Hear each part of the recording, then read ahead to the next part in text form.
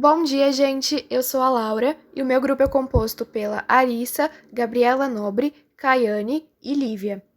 Nós vamos falar sobre os agentes químicos, detergentes, sabões, clorexidina e formaldeído. Começando pelos detergentes. Eles são substâncias orgânicas produzidas de maneira sintética, ou seja, eles não são produtos naturais, eles são produzidos em laboratório. Bom, mas o que é um detergente? O detergente é uma mistura de moléculas que prendem na gordura e ajudam a removê-las mais facilmente. Eles possuem como principal característica a capacidade de promover a limpeza, por meio da sua ação emulsificante, isso é, a capacidade de promover a dissolução de uma substância. Agora, a sua composição. Para a produção de detergente, são necessários hidrocarbonetos e outros compostos, como o ácido sulfúrico, o trióxido de enxofre e o óxido de etileno. Alguns álcalis, como o hidróxido de sódio e o hidróxido de potássio, também são utilizados na fabricação de tensoativos. Por definição, tensoativos são substâncias que diminuem a tensão superficial ou influenciam a superfície de contato entre dois líquidos.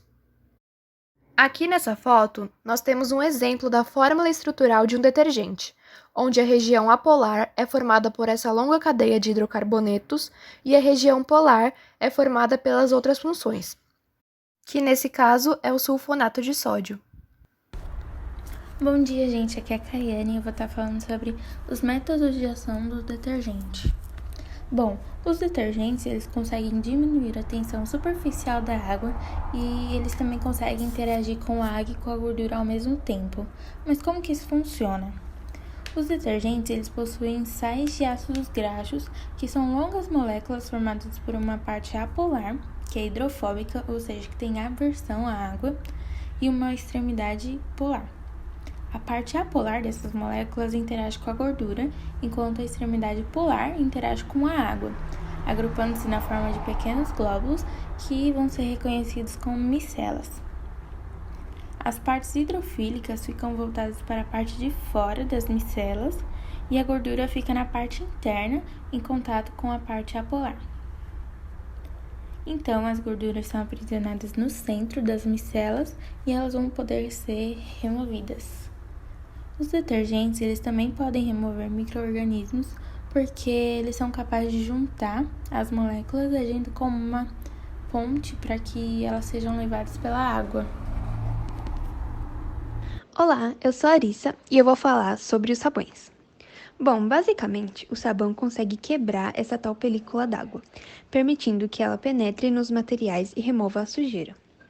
É por isso que o sabão muitas vezes é chamado de agente tensoativo ou surfactante, pois ele diminui a tensão superficial da água. Bom, se nós formos explicar isso quimicamente, nós podemos falar que o sabão possui uma parte que é apolar e outra parte que é polar. A parte apolar vai reagir com as moléculas apolares da gordura e dos óleos, e já a parte polar interage com as moléculas da água. Bom, e como o sabão ajuda no combate de micro-organismos? O sabão possui uma função emulsificante, que ajuda a unir a água e as gorduras, e também permite a remoção mecânica tanto da sujeira quanto de micro-organismos.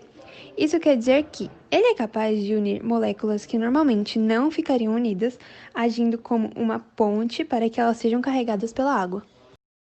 Olá, meu nome é Gabriela Nobre e eu vou apresentar a você algumas informações sobre a clorexidina. Bom, a primeira coisa a se falar sobre essa substância química é a sua fórmula molecular. Ela apresenta 22 carbonos, 30 hidrogênios, 2 cloros e 10 nitrogênios, ou seja, C22H30Cl2N10. Aqui no slide disponibilizamos mais algumas informações sobre esse composto.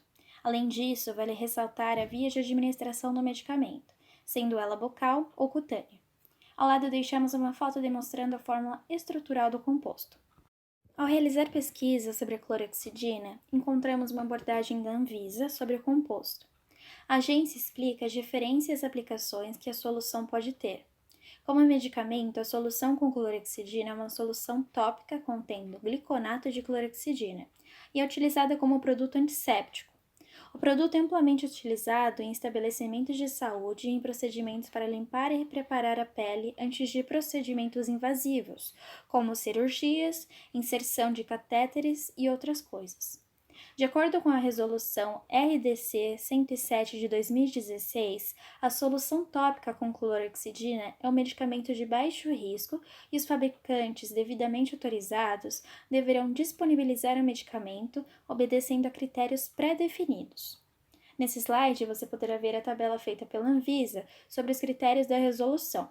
A tabela relaciona a concentração de gliconato de clorexidina com a sua forma farmacêutica, além de mostrar a advertência do uso para pacientes com histórico de hipersensibilidade à clorexidina. Existem soluções tópicas antissépticas com clorexidina regularizadas como produtos cosméticos, porém estas não podem ultrapassar a concentração máxima de 0,3% de clorexidina. A Resolução RDC número 29, de 1º de janeiro de 2012, regulamenta a concentração máxima autorizada de clorexidina para produtos de higiene pessoal, cosméticos e perfumes, e estabelece que a clorexidina poderá ser usada na forma dos sais gliconato de clorexidina, diacetato de clorexidina e dicloridrato de clorexidina. A clorexidina também é utilizada nos produtos enxaguatórios bucais antissépticos, e o limite da concentração é o mesmo disposto no RDC número 29 de 2012. A clorexidina foi sintetizada nos anos 40 e introduzida no mercado em 1954, como um produto antisséptico para ferimentos na pele.